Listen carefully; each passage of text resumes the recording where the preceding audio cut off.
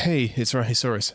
I'm here to demonstrate the new phoneme stuff in RahiTuber. We have the previous setup of having an idle and talk thing.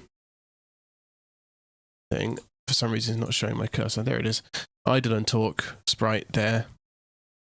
But now under this more talk settings collapsible header thing, we have phoneme detection, which you can turn on there. And then you can add a sprite for each phoneme, which is the sort of mouth sound. So we've got R, E, S, P, and Oo. So the P is a little bit temperamental, but it takes a bit of tuning with the stuff in the preferences. So in the preferences menu, we have everything's now organized in tabs, and at the end we have phonemes, where you can set the sort of detection settings. If I tick this to show the debug audio display, you can see what I'm talking about mostly.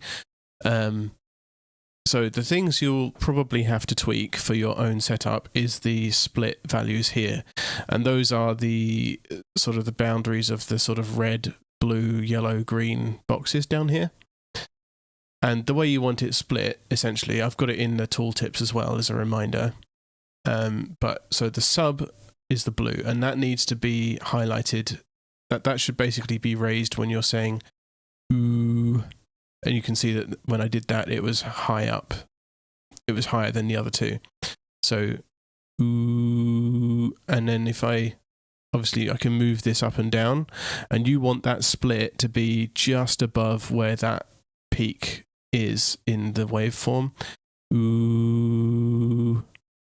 And then on you can see that the red is really high, and that's where the bass is. So you want this red box to be around the high part when you say And again, with the mid, that's when you say E, and you can tell that there is actually there's more of a spike sort of around here in the graph. If I go E, the split here is essentially the top half here, and you want that to cut off just before where you say S. So if I go S, you can see there's like a dip in the middle, and you want the split to be sort of in that dip. S, like there. If you mess it up, you can reset it back to the default values and it should go back to normal.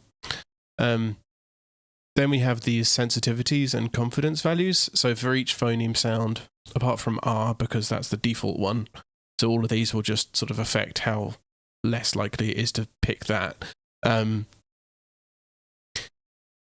You've got a sensitivity which tells it how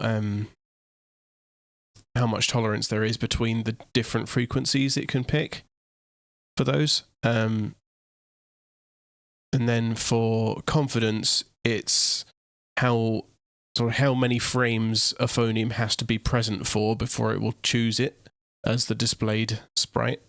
So when you erase this value, you're reducing the number of frames it has to be visible for. So higher confidence means it's more likely to get picked, basically.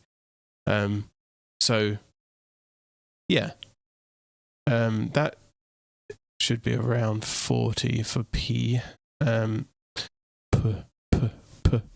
Yeah, and you can see that it does just about pick it up where it should. And there you have it. That's essentially the setup. We can turn that debug display back off now. Hopefully that's useful. And if not, feel free to DM me on Blue Sky or Discord or anything, and I will try to explain it in a way that makes sense. That's where we are. All right, I'll stop. Bye.